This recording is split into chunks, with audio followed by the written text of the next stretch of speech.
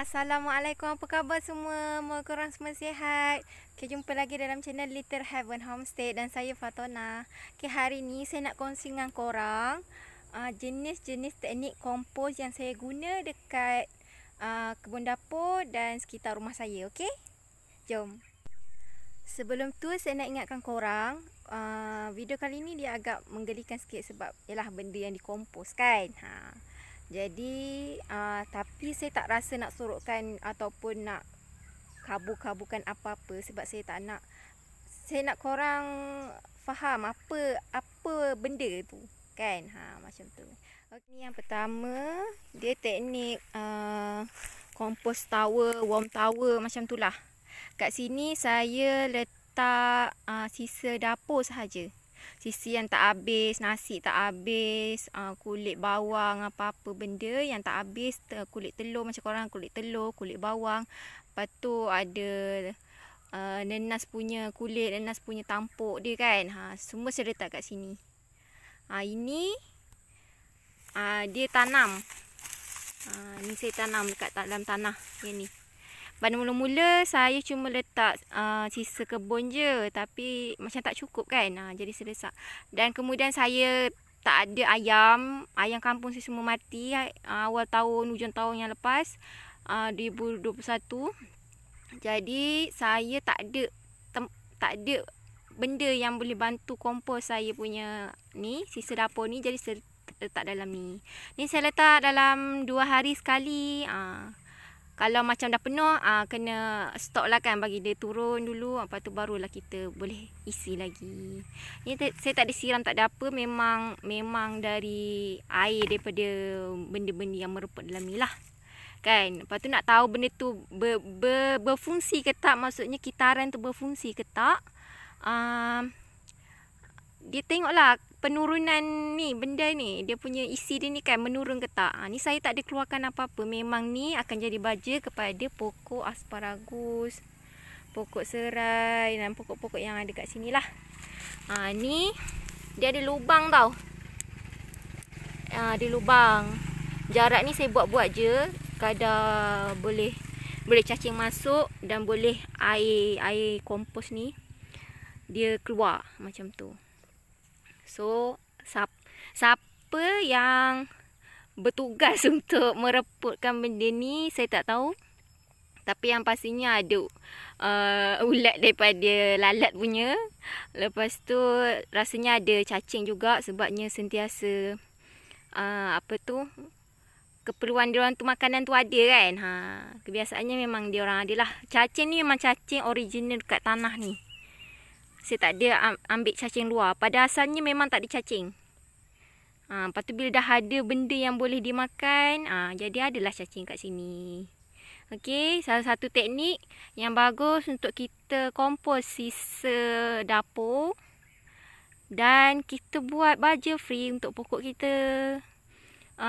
Dan secara alami kan. Macam tu. Tapi ni kena sentiasa tutup lah. Kan. Saya tak ada siram. Kalau kadang hujan tak masuk. Sebab ni pun dia tinggi. Hujan tak masuk. Okey. So kalau kandungan dia kering kan, korang tambah je benda yang segar. Daun segar, rumput segar. Nanti dia akan basah semula lah. Okey. Ini salah satu teknik yang saya guna kompos dekat kebun dapur. Okey. Ini teknik kedua saya kompos. Ini khas untuk pasu bunga. Macam saya punya pokok-pokok bunga mana yang dah mati kan, yang dah saya sebelum ni tak jaga elok-elok kan, korang siram dari diorang mati. So saya letak dia dalam besin besar ni. Okey, inilah dia rupa dia. So dia ni memang ada tanah, kandungan tanah macam ni. Sebab dia kandungan tanah, pokok ni dia memang senang suka kat tempat yang teduh. Jadi dia akan tetap boleh hidup kan. Macam tu. Walaupun dia tak ada matahari, dia masih boleh hidup. Tapi tak tahulah, rasa masa ni tak boleh juga dibiarkan, nak kena dia mati supaya dia boleh terkompos. So apa dalam ni saya tak pasti apa yang kompos benda ni pun. Tapi mungkin ada Mungkin cuma fungus, maksudnya mikroorganisma aja, bukan cacing. Tapi bawah bekas ni ada lubang. Dia ada lubang. Kalau bekas ni kalau macam ni kan dia basah. Kalau kering saya kena siram. Kadang-kadang saya siram. Tak ikut waktu pun siram. Saya cuma siram bila saya rasa nak siram macam tu. Ataupun tengok dah kering sangat. Kalau macam ni dia kering sikit. Kalau ni penuh. Dia macam stop dia punya kompos ni. Dia kering. So kompos ni kalau dia kering, dia akan stop fungsi dia. Mikroorganisma dalam ni dia kering, jadi dia tak ada. Dia nak kena lembab kan. Jadi dia akan bekerja lah. Tapi kalau kering dia tak bekerja lah. Macam ni lah keras. Macam ni nanti saya nak kena siram lah ni. Okay.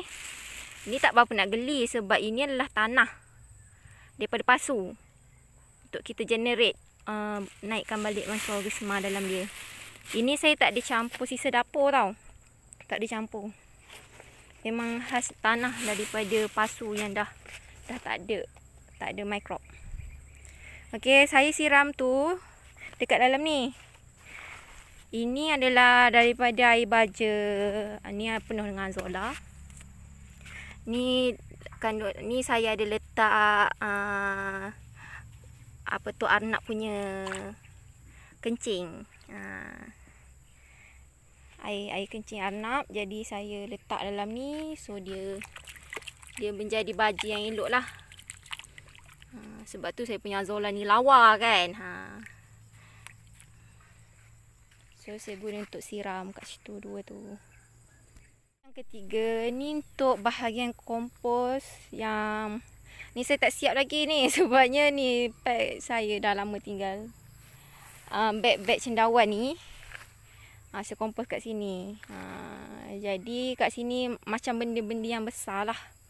Sisa kebun kalau saya merumput dalam saiz yang besar, saya letak dalam ni. Ataupun apa-apa yang saya nak kompos macam daun kering ke, saya letak kat sini yang besar lah. Yang banyak jumlah dia. Contohnya teh arnab kan. Saya dah letak dekat kebun dapur, dekat pokok. Jadi ada lebih, saya letak kat sini. Letak kompos ramai-ramai kat sini, banyak-banyak. Okey.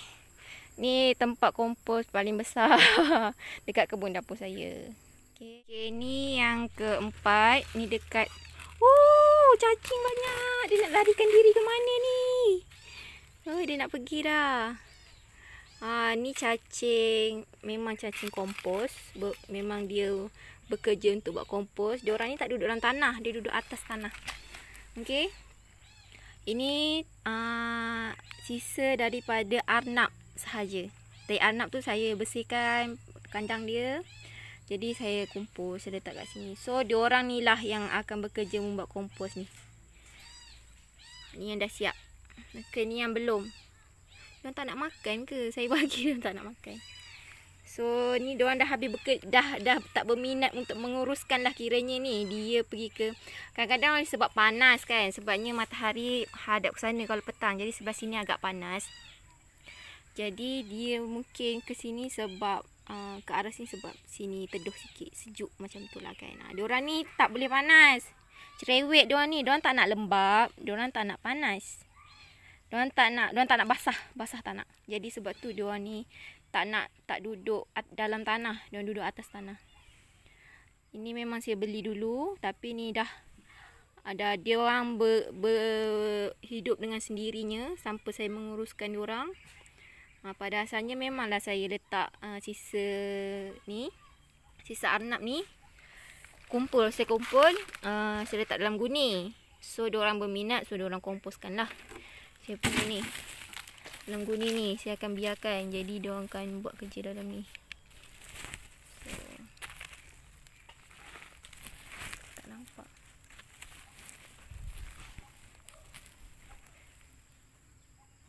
Dia pun dah boleh guna dah ni. Ni. Dah boleh guna dah ni. Sebab dah tak rupa tai arnab dah kan. So ni yang saya baru bersihkan kemarin.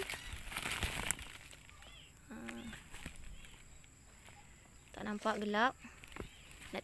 Kalau nak tengok pun geli. Okey. Tapi dia gelap, okey. Ni, guni ni dengan bekas ni, bahagian bawah tu bocor. Macam guni ni, bahagian tepi ni bocor. Jadi, cacing ni dia boleh masuk. Bila-bila je dia orang nak. Dia orang boleh keluar masuk sendiri. Saya tak boleh nak kawal ni sebab tempat ni yang dia orang boleh hidup. Yang dia orang suka. Jadi saya biarkanlah, saya cuma provide orang punya tempat lah, kompos kat sini kan. Tapi memang seronok lah kan ada ni. So kalau sayur daun ni cantik sangat guna ni. Diorang ni besar-besar.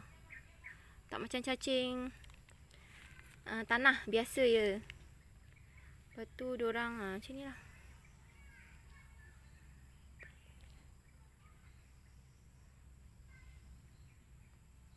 Okay. Ni dah dia. Cara saya kompos ni salah satunya juga. Untuk yang kelima, cara yang kelima, ini adalah daun kering saja. Daun kering. Kenapa saya macam ni? Tapi masalahnya daun kering ni dia ambil masa yang sangat lama untuk hancur dan kompos, menjadi kompos. Dia nak kena, kalau nak cepat kena campur dengan, kena letak dekat kompos, jenis kompos yang nombor 3 tadi, yang tempat besar tu, yang ada sisa cendawan tu. Masukkan sekali dalam tu baru dia akan cepatlah berkompos. Sebab kalau dia saja dia lambat. Dia macam sistem tu tak seimbang macam tu. Tapi oleh sebab saya letak kat sini, nak kata cepat tu tak, tapi dia kompos lah kan. Dia memproses, terproses macam tu lah istilah dia. Okey. Salah satu teknik untuk kompos ni cara terbuka lah. Apa-apa ini sisa daripada kambing saya, dia tak makan. Dia tak habis makan kan. Dia mengada kan. Dia tak nak makan. So letak kat sini, kompos kat sini. So apa-apa je boleh letak kat sini lah. Kan. Ini terbuka sebab saya tak ada teduh. Kalau ikutkan yang saya tunjuk 5 tadi, semua tertutup. Yang ini tak tertutup. Dia memang secara semula jadi dia terkompos. So macam ni lah. Ni suami saya yang buat. Saya cuma ambil manfaat untuk buat konten je. Jadi belantara dah. Ini teknik yang sama dengan yang nombor 5 saya tadi, yang daun kering tu. Cuma dia ni secara terbuka. Tapi ni cuma daun kering sahaja. Tapi ni sebab ada pokok betik hidup kat sini. Sebab ada benih dia tercampur. Jadi diorang hidup. Maksudnya media daun kering ni lama-lama dia boleh jadi tanah dan boleh jadi media tanaman. Macam tu. Ni belah bawah ni dah jadi tanah lah sebenarnya. Bawah ni. Tapi ni memang secara tak sengaja buat. Kan. Sebenarnya nak just main-main je, nak tunjuk, nak tengok lah macam mana prestasi kan.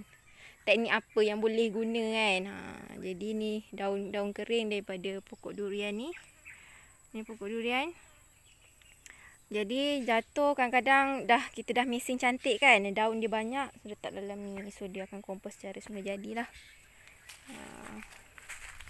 So salah satu baja daripada untuk pokok durian saya ni adalah tu daun dia sendiri. Ni longgokkan sisa daripada peria kan, letak kat sini. Sebab dia akan mereput dan jadi baja kepada tanah dan beri manfaat pada pokok kan, pada pokok durian.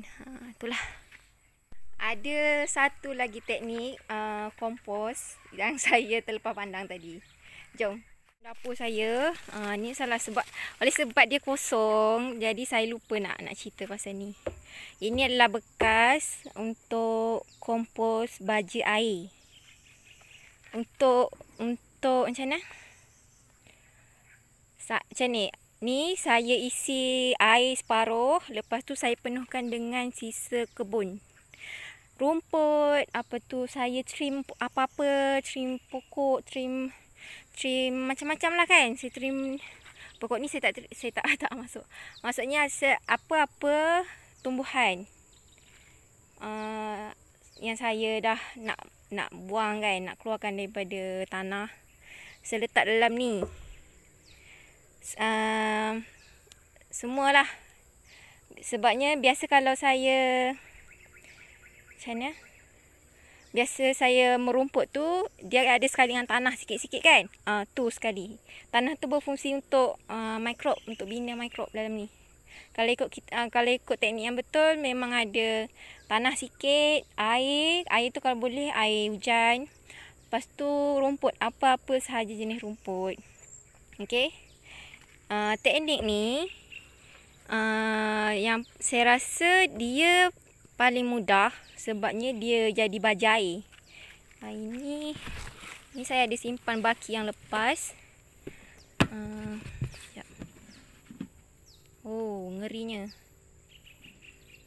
Tapi masalah teknik ni dia sangat busuk. Saya tak kata dia macam mana. Dia bergantung apa yang kita isi dalam bekas ni lah. Tapi dalam bekas ni saya tak ada isi yang lain selain daripada daun-daun, pokok-pokok sahaja. Saya tak, kalau ikutkan kita boleh isi apa sahaja. Faham tak maksudnya macam mana? Kita boleh isi perut ikan, perut ayam, sisa-sisa daripada lauk-lauk yang kita makan kan.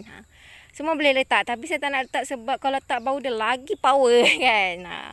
Sebabnya kan saya ada jiran kan, mestilah dia bau nanti kan. Saya nak kena kawal lah benda tu. Tapi kalau rumput sahaja pun dah power bau dia kan. Sebabnya kalau saya siram, hari tu saya pernah guna sekali. Maksudnya saya rendam dalam masa 2 minggu, lepas tu saya siram pokok-pokok saya.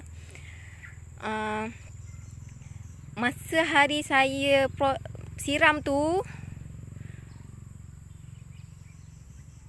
macam mana? Satu tempat ni bau. Satu tempat ni sampai ke rumah tu bau. Jadi Tapi teknik tu bagus. Sebabnya dia mudah.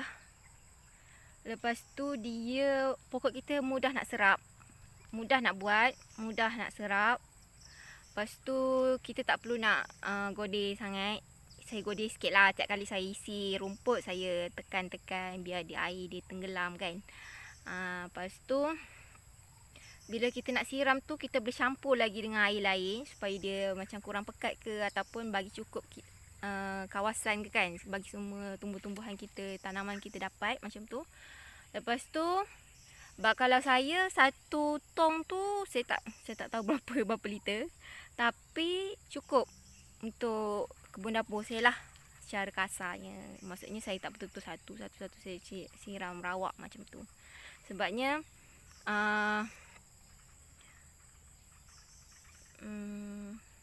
satu, saya malas. Saya tak ada nak bawa air daripada luar tu, susah kan. Jadi kerja bagi saya siram tu dulu, lepas tu saya siram dengan air biasa macam tu. Saya tak campur masa nak siram kali pertama. Saya siram air paip tu kali kedua, ataupun air apa-apa selain daripada air baja tu lah kan. Saya macam ibarat macam bilas macam tu. Jadi pokok akan dapat terserap, jadi baja tu dia akan tertolak ke tanah. Dia tak dekat belah atas je macam tu. Tapi kalau ikut mana-mana suka. Kalau dia cair, kita siram banyak, cukup untuk pokok. Maksudnya basah sampai bawah, akar dapat. Jadi tak cukup lah kan, tak perlulah bilas dah. Tapi kalau macam pekat, daripada tong tu terus siram, jadi nak kena siram lagi dengan air biasa supaya baja tu turun lagi. Macam tu. Kan ada sisa-sisa daun yang dia tak mereput kan. Batang, sulur, apa-apalah yang tak mereput. Sisa tu saya kompos kat tempat besar, yang nombor 3 tu. Jadi tak macam mana, tak bazir, bukan tak bazir. Bergunalah kan, walaupun dia dah terkompos macam tu. So kalau korang ada rumput yang korang tak suka tu, biasa memang ada satu lah jenis rumput yang liar tumbuh kat kebun, biasa kat tanah-tanah lapang kan.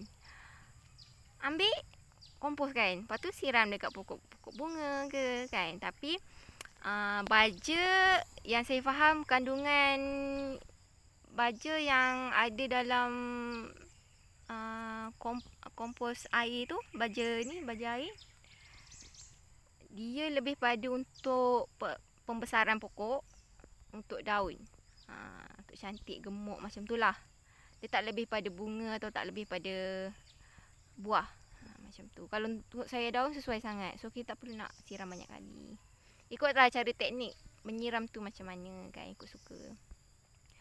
Cumanya dia sangat bau dia sangat kau, tapi dia sangat, bagi saya dia bagus untuk ni kan. Untuk kita tukar-tukar jenis-jenis kompos. Macam kalau kompos yang pertama tadi, warm tower tu, saya tak boleh nak ambil dari situ sebabnya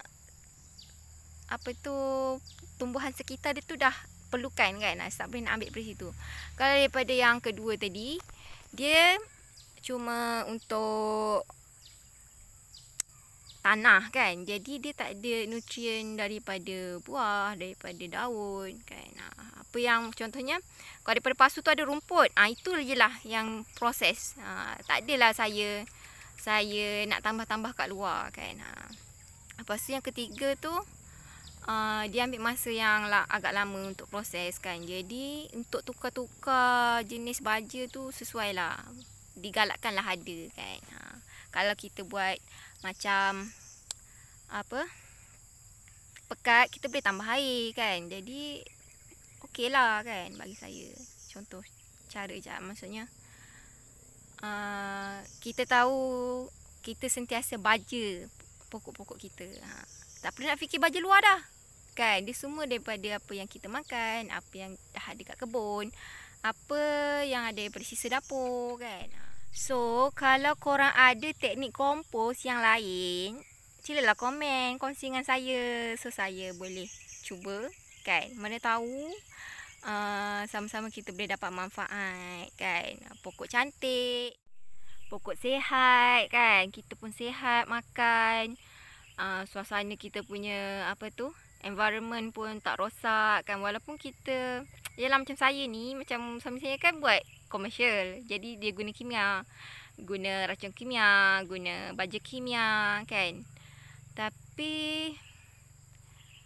cabaran tu besar sebabnya cuma serangga tu kadang-kadang dia lari kat tempat saya kan. Oleh sebab saya nak kata 100% organik tu tidak. Sebab masih lagi ada kandungan kimia, macam makanan arnab tu, dia kan pastinya ada kandungan untuk tahan lama apa semua kan. Jadi sedikit sebanyak tu dia efek lah, dia punya original kan, original organik tu. Sehabis baik lah kiranya, guna sehabis baik. Kalau setakat kena makan serangga tu, saya layankan aja, biar je selagi tak efek teruk lah kan. Kadang-kadang bagi saya macam ni, kalau tanah tu cantik, InsyaAllah pokok pun cantik. Tak ada apa yang boleh rosakkan dia dengan izin Allah.